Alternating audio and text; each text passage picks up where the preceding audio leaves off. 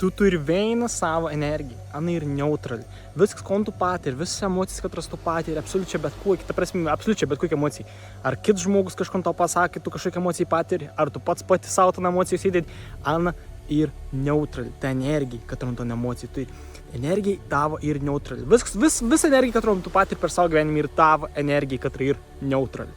Ir tau gauni energiją į savo širdį. Tau aukštesnys, aš tau atsiunčiu kiek nors energiją, arba tu pajunti kažkokią energiją, aplamą, tiesiog turi energiją, žodžiu. Ir tu energijai, tada tu filtruoji per savo smegenis, per savo ego įsitikinimų sistemą. Ir kas įsifiltrauna, arba tas bus pozityvus ar negatyvus, priklauso nuo tavo definicijų, nuo tavo reikšmių. Pamata šitas situacija, pamata mėdį, aš labai mėgstu ton pavyzdį. Pamata mėdis tai verti jaustis blogą, kažkodėl atrodo tu traumą kažkokį turi iš vaikystės ar kažkas.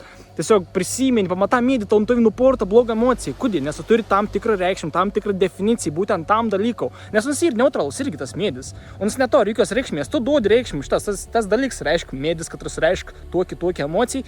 Ir tu pasąmonišką per automatizaciją, tu net nėra galvoti, patiri tam tikrą emociją, nes tavo ta energija neutrali ir filtruojama per tavo įsitikinimų sistemą negatyvė. Bet jeigu turi kažkokia emocija, arba tom pat emocijai, tom pat reikšmė, tu pakeiti, kad tas mėdis tau reiškia kažką kitko, tas mėdis tau reiškia, pamata kiek mėdį ir aš dabar prisiminsiu, kad kiek pamatys mėdį iš galvos, kad mėdis ir gyvybė, mėdis ir meilė, mėdis ir šviesa energija, oras, katro aš kvepuoju, man daug šitas degonis, tas mėdis, aš jautus pozityviai, aš daudu pozityviai reikšmį tam medžio. Ir kaip tu ton įsitikinimam įstatai į savo įsitikinimų sistemą, kaip ton dalyk tu patirsi ton mėdį vadinamai.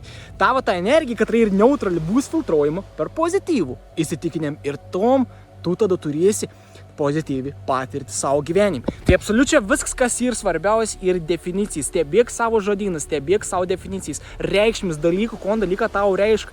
Ir taip tu turėsi tam tikras patirti savo gyvenimą, katros gali būti negatyvis arba pozityvis. Tai aš tikrai suprantu ir net neabejoju, kad tu nori patirti gyvenimą pozityvę.